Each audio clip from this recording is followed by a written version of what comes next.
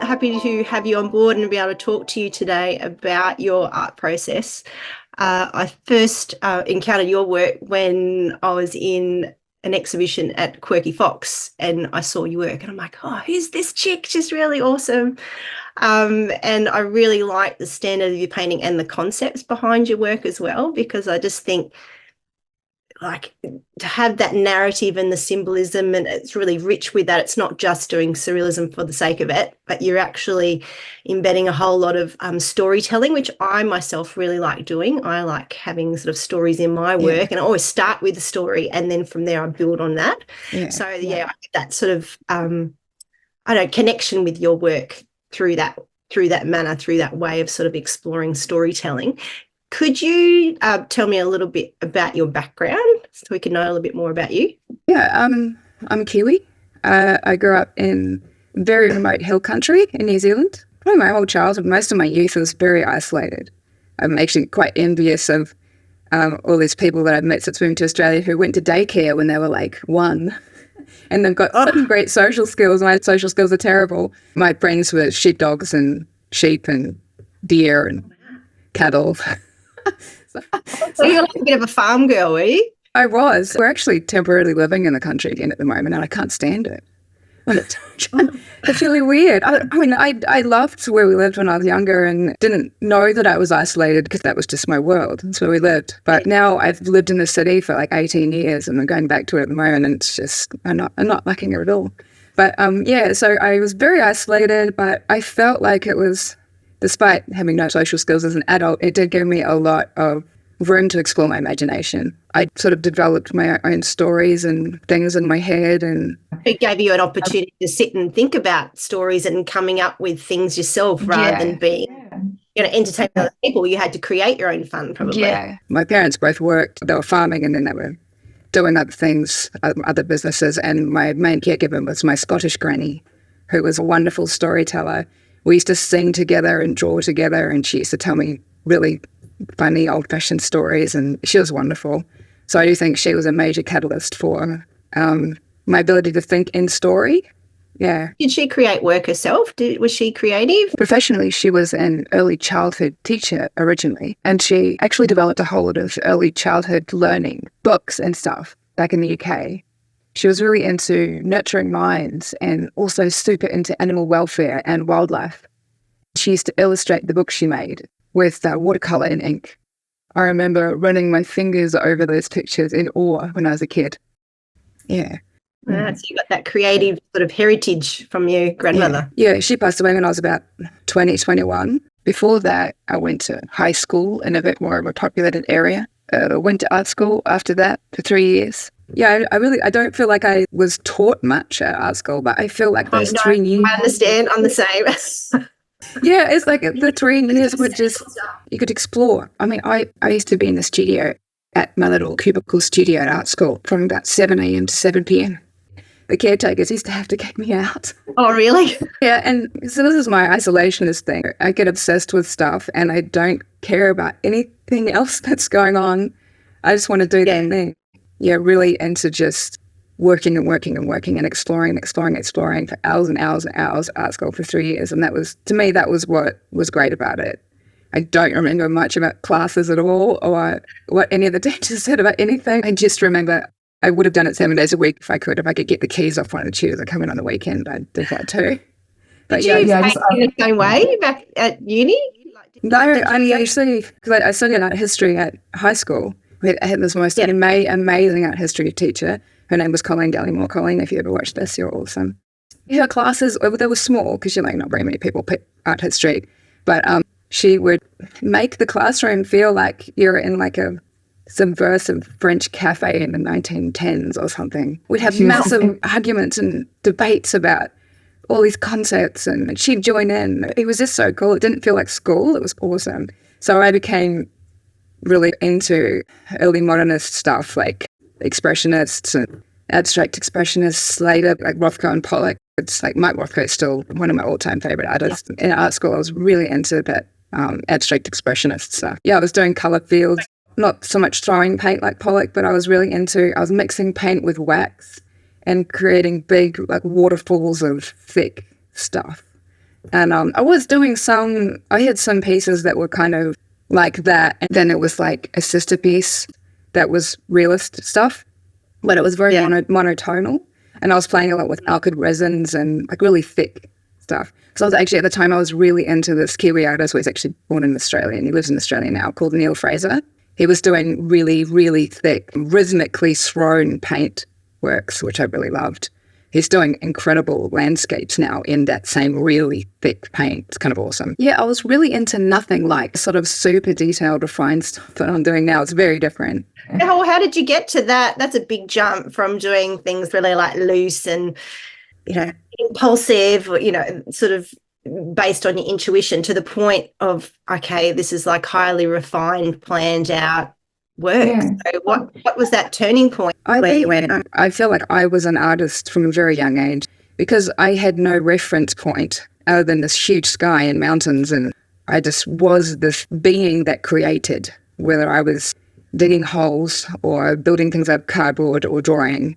Creating was what I did, and that sort of never faded. Always my identity was creating things. Actually, it's still one of my most favorite things in the entire world is just to create something from nothing, not painting, but just anything. I'll see something broken and I'll fix it, or I'll turn it into something else that didn't exist before. I still love that. I feel like when you grow up and you go through art school and you start learning about how to be an artist and the art world and all the intellectual side of it, I think I just cleaned right up my own ass at that point. It's like, okay, I'm throwing paint, I'm creating these really like shifting fields like Rothko, and I'm playing around with all that stuff. But what the hell am I saying with all this? Because it's all been said before. And I just thought, I can't tell stories with alkyd resin and wax, really. At least I didn't think I could. So I started with mainly stories about myself. Had a very complicated relationship with myself because I think of that isolation. I always had trouble with crippling self-doubt and all that lovely stuff. So when you started photographing yourself, like when I want to talk about me, and then you were like, right, I'm going to start photographing. And is that where it sort of built for you? Yeah, out of art school, I went completely the opposite way, photographing myself and painting myself, but in very specific poses that illustrated sort of a psychological foible of mine, something I was struggling with. I actually took that work, which was very new, and pounded the pavements in Auckland and got a solo show with it. I couldn't believe it. Yeah, like 2001 or 2000 or something. I had this like folio that I was carrying around. I got picked up by the Oedipus Rex Gallery in Auckland, which was amazing because it was like at the top of my list and I didn't think I'd get anywhere near getting picked up by it. So I had a show of that brand new work that was realism. It was, but it was very stylized realism. I studied photography at high school, and then I sort of minored it at art school as well. A huge part of my aesthetic is influenced by my work with photography. Yeah, you can see that definitely through your whole process, your strong understanding of how, to photograph the subject matter and yourself. And that, like, that's sort of a question, I'm sort of jumping ahead a little bit, but how do you actually photograph yourself so well? Like, I can photograph other things. I teach photography as a high school teacher, and I teach photography at school. But I'm like, it's one thing photographing someone else and pose, and then there's another thing actually photographing yourself, because it's not like you can see yourself in the lens. It's quite tricky. So early on, it was just very hit and miss because I would just set up a camera on a tripod. I had an old film Canon SLR that I used at high school. So I was using that, and I didn't use flashes back then either. It was all very primitive. You have to guess because there's no digital screen to look at whether you've actually got your stuff. So I just, through bunches of rolls of film, thinking that I was kind of in the frame. I would look through the viewfinder and sort of, in my mind, I'd go, okay, so that's the area where I'll stand, like in reference to things on the wall. And I'd go and stand there and I'd just set the self-timer and I'd just let it take lots of shots and I'd kind of move and do different poses. But now I use a Panasonic Lumix G9, which is unbelievably awesome. It's really little, though, too. That's a vision on the where you can see the display on the back of the camera? Yeah. So it's got that, and also the little display swings out and pivots around so that you can actually see yourself when you're looking down the lens. So that makes a big difference. So if you get a camera with a swivel screen, which, a lot of the good SLRs have now, you can actually see yourself. Also with that camera, I can plug in an HDMI cable into a screen. So I've got a second screen mounted above my studio machine. and I can hook that up so I can actually see a huge version of what the camera's seeing. So that's the way you get around actually seeing your framing and everything. Now it's a lot easier. I've done a lot of professional photography for the last 25 years, so I've collected a lot of gear. I've got a lot of soft boxes, which are big like tents made of nylon with a semi-opaque white nylon front, and you put your flash inside it and it fires out a really nice diffuse burst of light. I've got two big ones of those, and a beauty dish, which is like a big round bowl, really, painted white inside, and the flash goes inside that, and it's got a little smaller round plate that the flash bounces off and then light disperses around the bowl and out. So that creates a really, really nice lighting on the skin, on the face. So I tend to use all three of those things and position them at different angles to get the lighting look really good on the props that I'm using, to set the tone. I've got different coloured backdrops, and of course I can change that in post. So I can change that afterwards, but sometimes I'll have a particular coloured background that I want to use for a particular concept. If I've got that colour, I'll put it up. If not, I'll approximate and then tweak it later. Yeah, if you've got the right gear and you mess around with it for a while, it's really taken years and years of not just shooting myself, but shooting clients to really understand the angles and the lighting and what you can do with it. I also make weird things that I can put flashes inside. Like I've got this tube, it's like an old medaling tube that I painted white on the inside and black on the outside. You can shove the flash in one end, and it's got this big long nose, and then it's got a lid from an old supplement jar, cut like a letterbox shape out of it, like a little slit. Yeah. Put that on the end, and the flash fires this flash of light, which is really kind of cool if you want to do something dramatic. You're going to highlight something, Yeah, if you want to light up just one part of it and have the rest relatively dark. Doing stuff like that's really cool. You can make stuff, improvise stuff, particularly if you're using flashes. This is the thing. I get really anxious when I paint if I don't have everything the way I want it before I start. Oh, you've got your reference image already and perfect. All the detail is done in my mind and then in pre-production. I take all my photos, I find all my other little references that I might need, and I pull it all together on the computer, and it takes me weeks to just tweak and play with it and color grade it the way that I want. Then I take that and I'll put it on my iPad and draw into it and Procreate and tweak things. And so by the time I'm actually painting, I just get to listen to my audiobook and relax and just like paint by numbers. Thrown out. But I think that's what a lot of people don't realise is that when they purchase one of your works, it's not like I'm just doing a painting. Like you're doing that whole lead up process from concept to, nutting it out, your research, you're taking photographs, you're editing that, on the computer or on your iPad, doing that even before you actually start painting. So it's a whole investment of time that people often don't realise. And people often ask me how long the painting took, and I generally log it because it's based on how many audiobooks I've listened to and the length of them. So I know how long each painting took to paint, and I'll tell them. I was like 120 hours, 150 hours. But then I'm not telling them about what it took to actually create that world and that scene before I even started painting.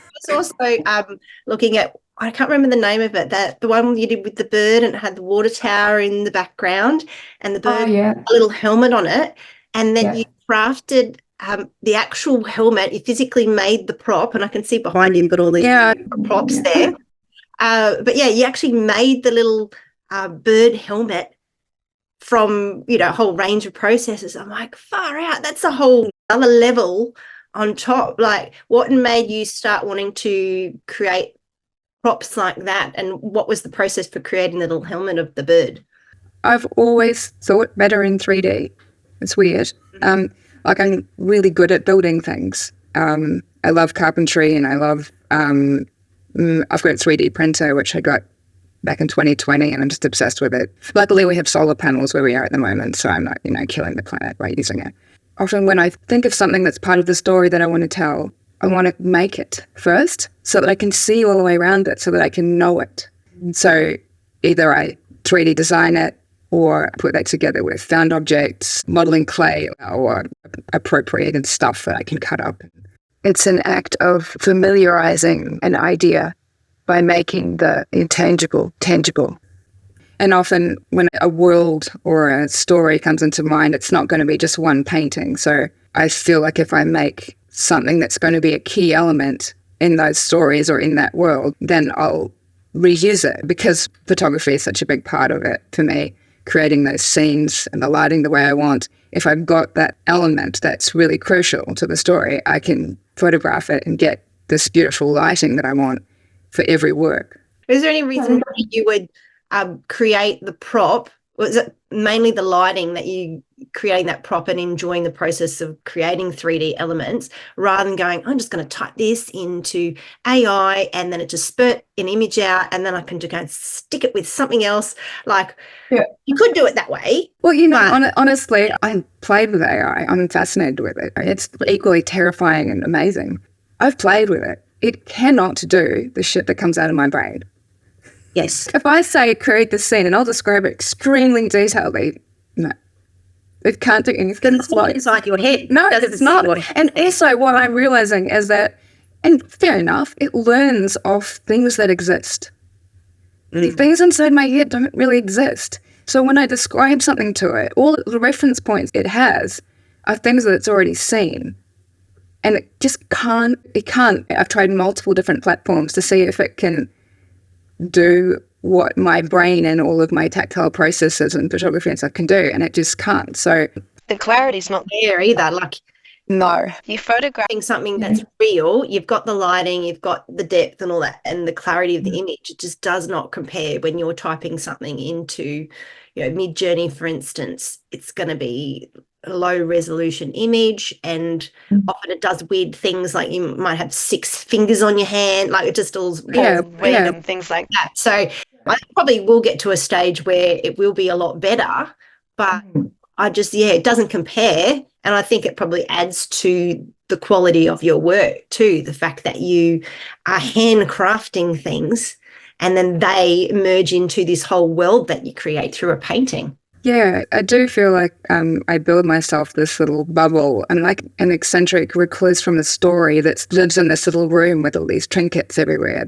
Actually, I saw a really awesome photo of Stephen Irons, I think his name is. He's a sculptor from Melbourne who makes stuff out of found objects. And he was sitting in this room and he was just lit with this beautiful lighting, and he was surrounded by like half pieces of dolls and broken wheels. I feel like I'm like that. I'm in my cave and I'm surrounded with all of this stuff that is just intrinsic to my world, and my paintings just end up coming out of that bubble, that weird reclusive tinkerer bubble. Yeah. And do you sort of, like, what are your thoughts about, I don't want to go into much of this rabbit hole and just touch upon it, but what are your thoughts about AI and how that's affecting the art world? I think the worst aspect of it is people's art being used to train without permission. That's awful. People spend lifetimes developing their style.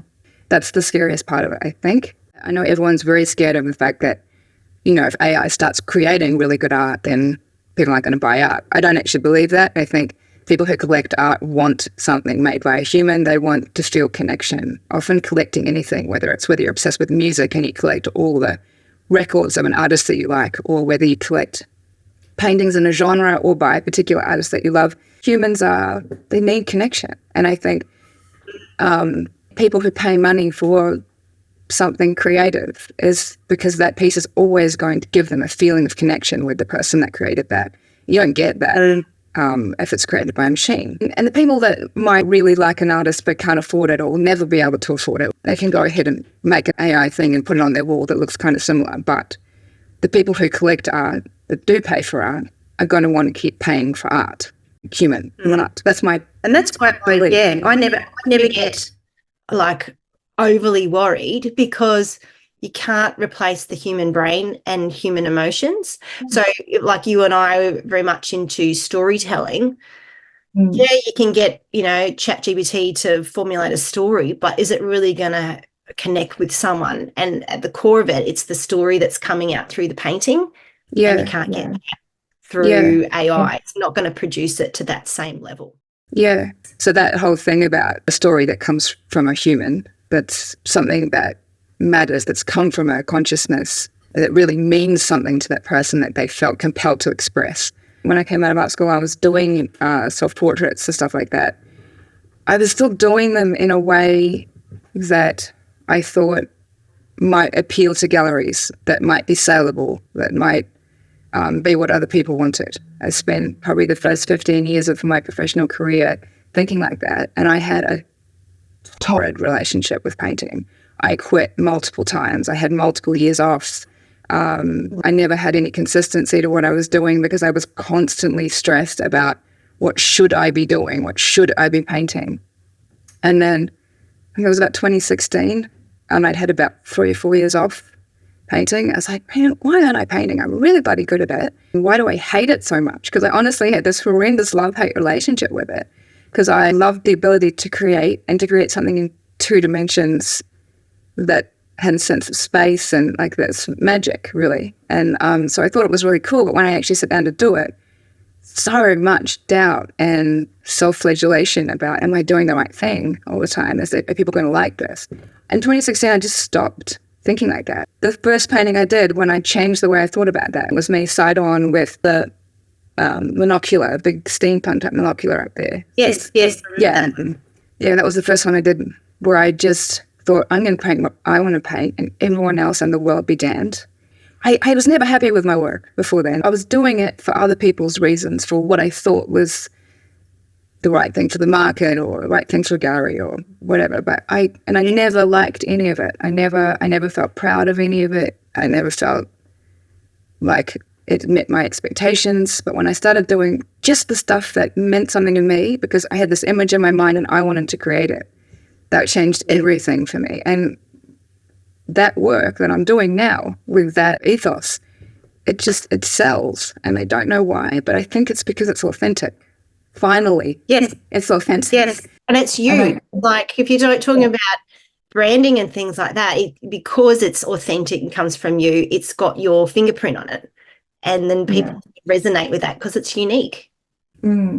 Yeah, I do think that if you really want to connect with your subject, with whatever it is that you want to put out there, it's got to come from a place where it's really something that you want to do. It just made such a difference to me to let go of caring about what anyone in any part of the industry or whatever would think. It was huge. Yeah, because I think you can get caught up with, oh, this gallery has this style of artwork and then I've got to make something to fit in with that style of gallery. But really, you just have to stand strong and go, well, no, if I'm going to be doing this as a long-term thing, not just quick fix, I just want to make some cash, like I actually have to do something that I'm happy with that's going to be part of me. So, that's a really good piece of advice for people, is to stick with and work out who you are as an artist. Yeah, and if someone gives you some advice or you ask someone for advice because you want advice and someone says something that you think makes you excited or makes you like, oh, cool, yeah, I'll try that. That's awesome. Like it makes you feel like it's something you want to try, then you do that. Take that advice or whatever, but do it in your own way. Do it in a way that's yours. Don't do it in a way that's where you're trying to do it like the other person. You can get a lot of unsolicited advice in the art world. Just ignore it. Unless you actively want it, ignore it. I think the best way to find yourself as an artist and find your style is to just work, put your head down and let the things that make you happy or inspired or excited or interested come out, because nobody else can tell you to do that. It's in you, and focus on getting that out. Yeah.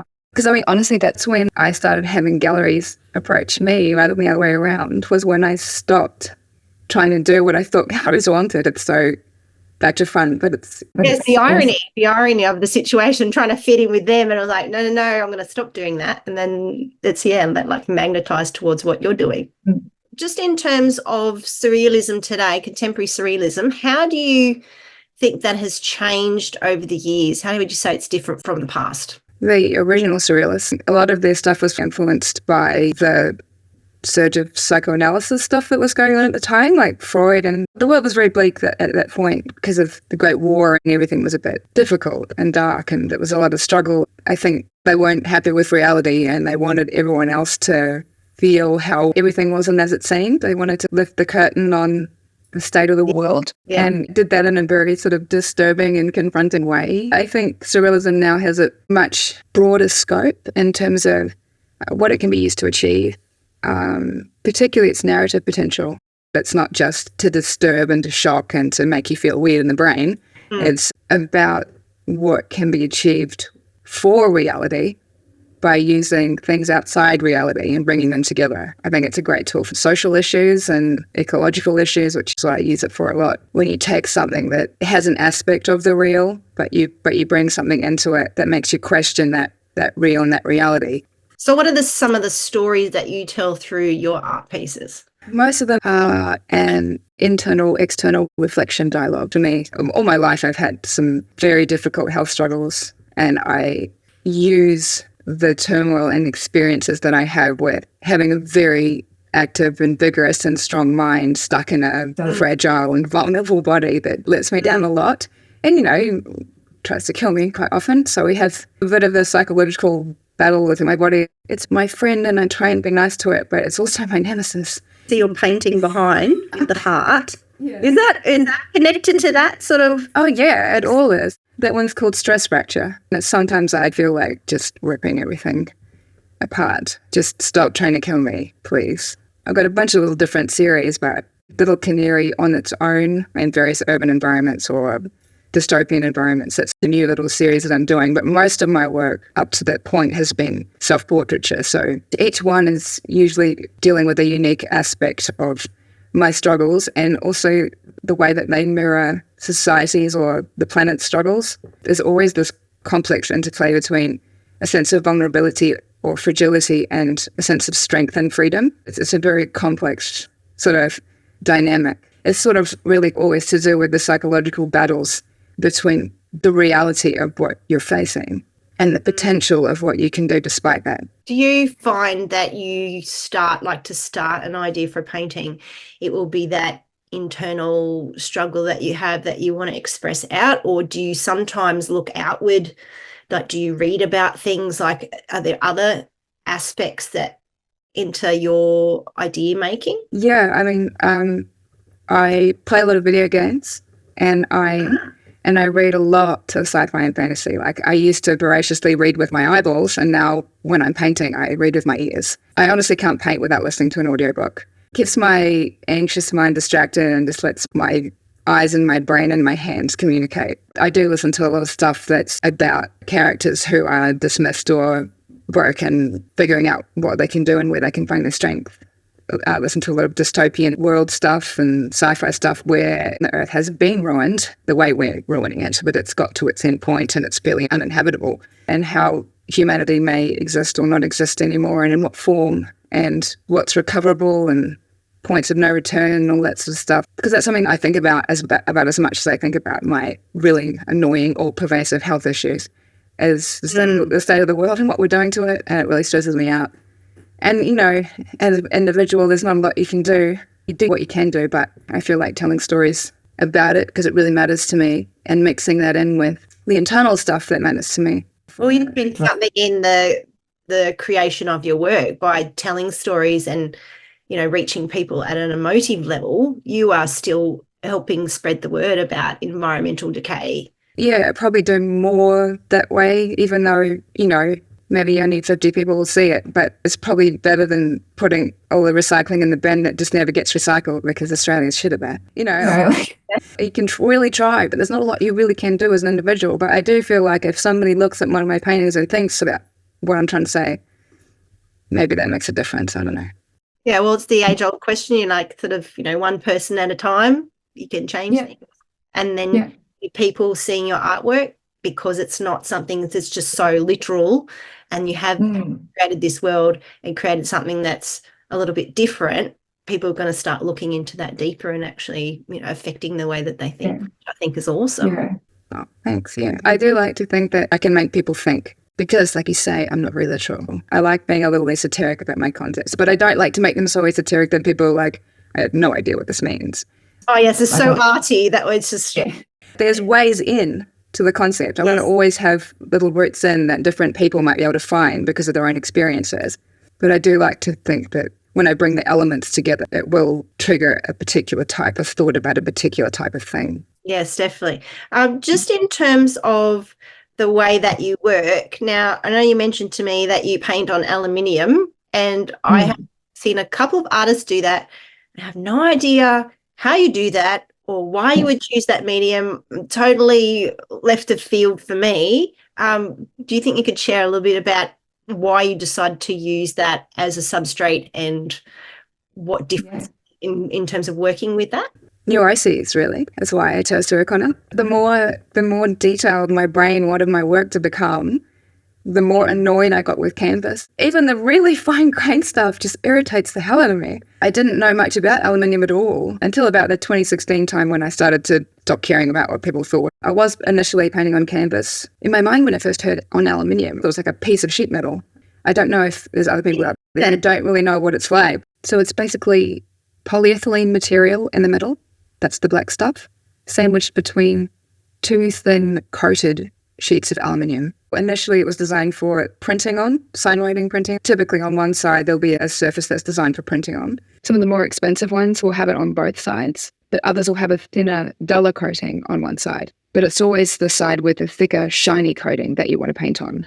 It's really tough. It's slightly flexible. It doesn't have any issues with humidity, mold, warping, anything like that. So it's super inert and really stable. You think because it's so smooth that adhesion wouldn't be very good. So I did heaps of experiments when I started. Some people were already painting on it at that point. So I thought, well, it can't be terrible. And some people gesso it first, but I actually did so many experiments that I realized I didn't need to. There was really no difference for me between a light sand and straight on with oils versus a light sand and then gesso and straight on with oils. And to me, the gesso was annoying because there was brush strokes. I love it because there's very minimal prep work. At the other end of the process, you have to mount it some way. So canvas, once you've stretched it, you can paint the edges or not or whatever and just hang it. It's easy at the end, or you can frame it. But this, you have to finish it somehow because you can't really just give people this flimsy little thin piece of stuff. For the first few years I was using it because I come from a stretch canvas background and I never particularly at that time liked the float frame type finishing for gallery canvases. I really liked the gallery edges, just the straight, raw, stretched edges painted or not. I got some like angle aluminium extrusion, like long pieces of like right angle aluminium, and I would glue all the way around my piece. I would glue them with JB Weld, it's called. It's a special metal glue. I'd send the coating back on the back and I would glue these edges all the way around so that when you look at the front of the painting and the sides of the painting, it actually looked like it was canvas. Like you could paint around the edge. Then I got tired of doing that and I just liquid nailed some plywood pieces onto the back that I could then screw a float frame into.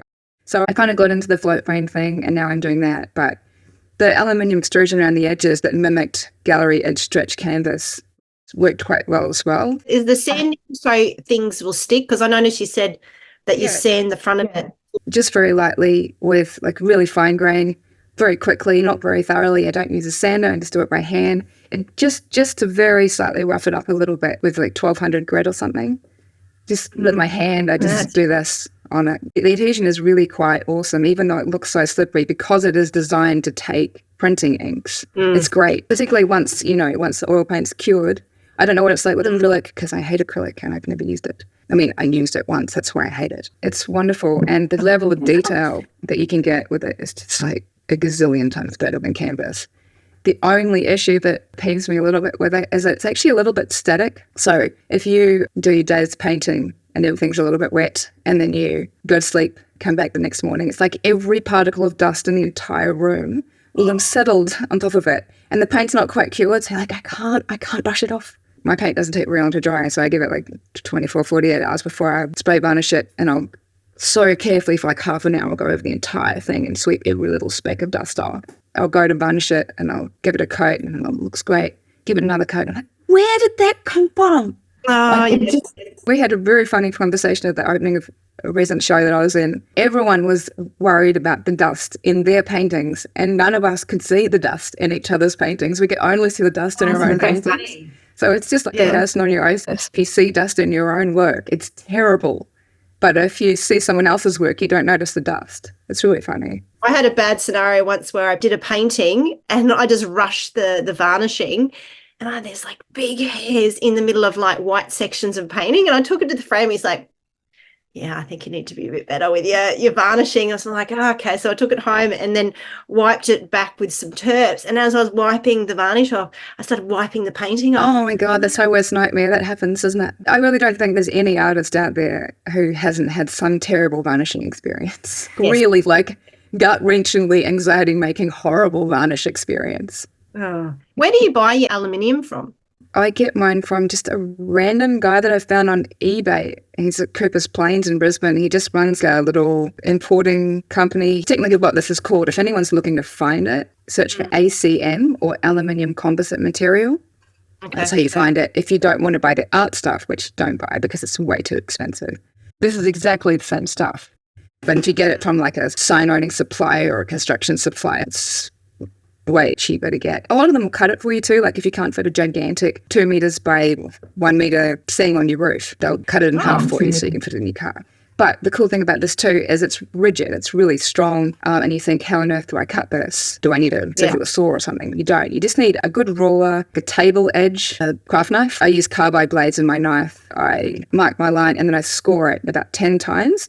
And with the knife, you can get through the top surface of the aluminium. Then you chuck it on the table. You put your hand on one side and a hand on the other side of the cut and just weight it and it'll just snap and then you just hinge it a little bit and it'll come off.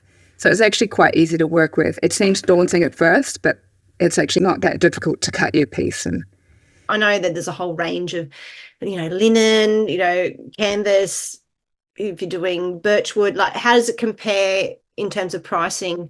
If you want to buy a really good canvas and get it stretched on really good timber that's not going to warp, this is way cheaper. Yeah. I mean, you can buy it for a lot more than I buy it. But if I buy a full sheet, which I think is about 2.4 by 1.2 or something, that normally costs me around $80. Yeah. And I can get multiple paintings out of that. And then the only expense really is just whatever you decide to mount it with. I use now plywood strips and then make a float frame or get a frame made that can screw into that plywood on the back, or whether you decide to mount it with the aluminium extrusion for the clean edges like I used to. Again, that's not very expensive either. When I do a painting about that size, the plywood and the glue and the screws and the supplies that I use to make the frame with, all of that only costs about $50. It's very cost effective. You can spend a lot of money on a really good canvas with a fine grain and having it stretched for you or whatever. So I think it's very good cost-wise. Yeah, and it's probably better to post as well overseas or whatever. Yep.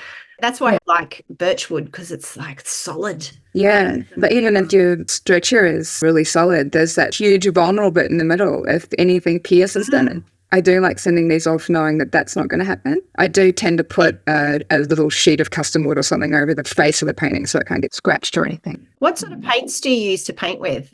Art Spectrum are my favourite. I do have a lot of other random brands. I even have some tubes that I still got from art school.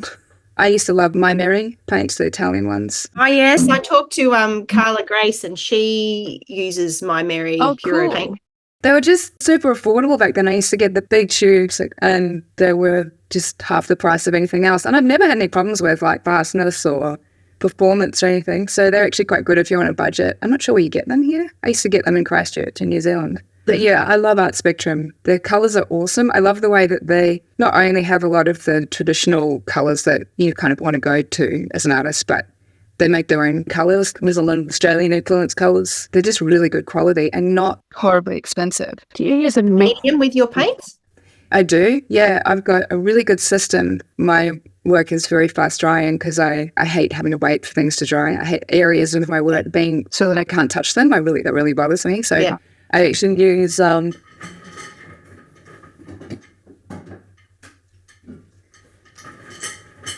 this stuff. Okay. Odorless lean medium. It's essentially an alkyd-based product. I have like a little supplement cap that I pour a little bit into every day. It's got some dried stuff in there now. And I just keep it beside my palette. And every time I'm mixing a colour, I'll just dip the brush in once and mix that. And it's a tiny bit makes a massive difference because I don't paint very thickly. Everything I do one day will dry overnight so I can work into it if I want to. I'm relatively one path with my work too. I'm not into glazes and layers and all that stuff. I do only work back into stuff if I think something needs more definition or more detail or tonal adjustments. Yeah, so this is my grail. I can't do without it. The other one that I can't do without is the National Art Materials Retouch Varnish. Okay, yes. I actually use it as a finishing varnish, which you're not supposed to do, but I do. I put like 10 coats of this stuff on as a finishing varnish because this is the only varnish that doesn't scare the shit out of me. Do you have any tips though when you're starting there spraying away? You're like, oh no, sort of. I suppose you have to be a certain distance. It seems to be okay when you put it on. Oh no! I mean, I've been using spray paint since I was like 6. Okay. The things my parents gave me, I had a soldering iron when I was 8 and leaded solder, and they'd leave me alone in my bedroom with it. Yeah, so I've been using spray paints for like a really long time, and I've got some good art spray cans as well. So I don't know how easy it is to use a spray varnish for someone who's not super used to using sprays, but for me, because I am super used to using it, I just find it super easy. I've created so many more varnishing disasters with a brush. It's actually the only varnish that I've never ever screwed anything up with. It's just super, super chill. Like it just goes on there and it just plays nicely with everything, and except for maybe the dust, but that's not. Maybe I'll have to convert to that. I've had one too many issues. Yeah, and the awesome thing about this is that you can use it as you go. Sometimes blacks go a bit meh until you varnish them. Yes, that's why I have to varnish because of the dark backgrounds. Yeah, well, you can use this as you go. As long as your work is touch dry, you can use it to deepen the colours and so that you can actually see what's going on, and then just carry on painting over top of it. Yeah, that's why it's called retouch varnish rather than finishing varnish, even though I use it for finishing varnish. Yes, because I have to sit there and wait for my painting dry because I use water-based oil. It takes so long. Yeah. And then I'll go, okay, now I've got to add some time to put the varnish on. And so many times I'm like, slightly tacky. And I'm dropping it off to a gallery somewhere. Yeah. Yeah. That's a different way of doing it. Do you have a set colour palette? I assume you would. It depends on the work and on the series a lot of the time. I often have a lot of metallic and gold elements in my work. I want that sort of aged metal effect, something that looks like it's been around for a while. I have a lot of colours that I can use to imitate that, sort of nice oranges, umbers. My favourite yellow in the entire world that I don't think very many people know about and don't paint with because it's actually really hard to find. It's called bismuth yellow. I'll go get it. Okay. It's basically because canaries are like a really primary device in pretty much all my work. Yes. This is it. This is bismuth yellow. I don't know if it's going to focus. I've never even had that yellow. So it's basically like a permanent yellow light, sort of hue, but unlike permanent yellow light, it's ridiculously opaque. So when I used to do canaries with permanent yellow light, I would have to do layer after layer after layer of yellow to actually get that real luminous sense of yellow. But this stuff is just awesome. It's almost fluoro. So, I mean, I often mix it with Art Spectrum's Spectrum Orange, which is very nice for a sort of a canary-ish yellowy orange variegation. But yeah, I love this. If I had to choose a favourite colour, it would be bismuth yellow because it means I only have to do one coat of yellow. Oh, wow. Excellent. It's really good. Yeah, and that's Winsor & Newton because Art Spectrum don't do bismuth yellow. Actually, a lot of oil brands don't do it. It's quite hard to find. I got it on Amazon from the States because it's so hard to find in Australia. Okay. What sort of mistakes do you see people making in paintings, and what sort of advice would you give people to improve the quality of their paintings? I was waiting for this question. I don't see anyone making any mistakes. That's what I'd say. You can't make mistakes. Just work. Just figure things out. Just experiment. If you feel like you've stuffed something up, sure, let it go. But you haven't stuffed it up. You've learned something. There are no mistakes. I really think there are no mistakes. Oh, there you go. Well, that's encouraging for anyone who's sort of, it doesn't matter what stage they're in. I think the mistake is not to paint. Yeah, exactly. And that's what I spent a lot of time doing that. I spent a lot of time not painting because I was worried about stuffing things up because it wasn't going to be what I thought people would like. I just stopped worrying about making mistakes. You just don't worry about making mistakes. Yeah. What advice would you give for anyone who's an emerging artist? What sort of advice in terms of getting their work out there or pursuing that as, I suppose, a career or? I think probably the biggest one is what we've already talked about. Whatever you're doing, do it for you. Whatever your concepts you're wanting to express it because it means something to you and because it's important to you and because you have something to say. Don't do what you think other people want you to say. If you have something to say, say it as you would say it. Yeah, don't think too much about what you should be doing. If should comes into your brain, oh, I really should be doing it that way, or I really should be doing something on this subject, or like this person's work. Stop. Yeah.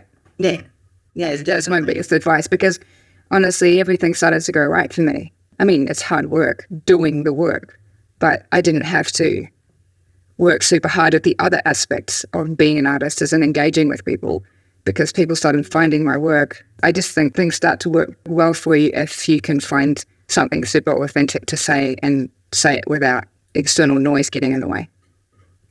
Yeah, I think that's definitely true, that you're working out who you are and then presenting that to the world, and then out of that people are attracted to stuff that's authentic. Galleries as well, the fact that they've started searching you out.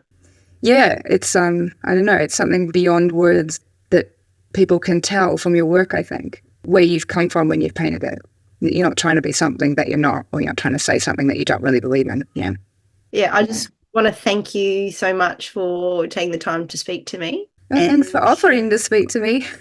Your knowledge of painting and the way that you create your ideas and the way that you integrate all your different skills in terms of sculpting and photography and combining that into your painting process. I think that's a really refreshing way of looking at painting. Lots of refreshing. Nice. I normally think weird, but it's nice that you think it's refreshing. So thank you. I love it. I love stuff that's a little bit left of center. So it really appeals to me. I suppose that's why, trying to search out artists to interview, I was instantly thought of your name, because I just thought, I'm just really interested in the way that you work. So it's been really good. Thanks. Yeah, cool.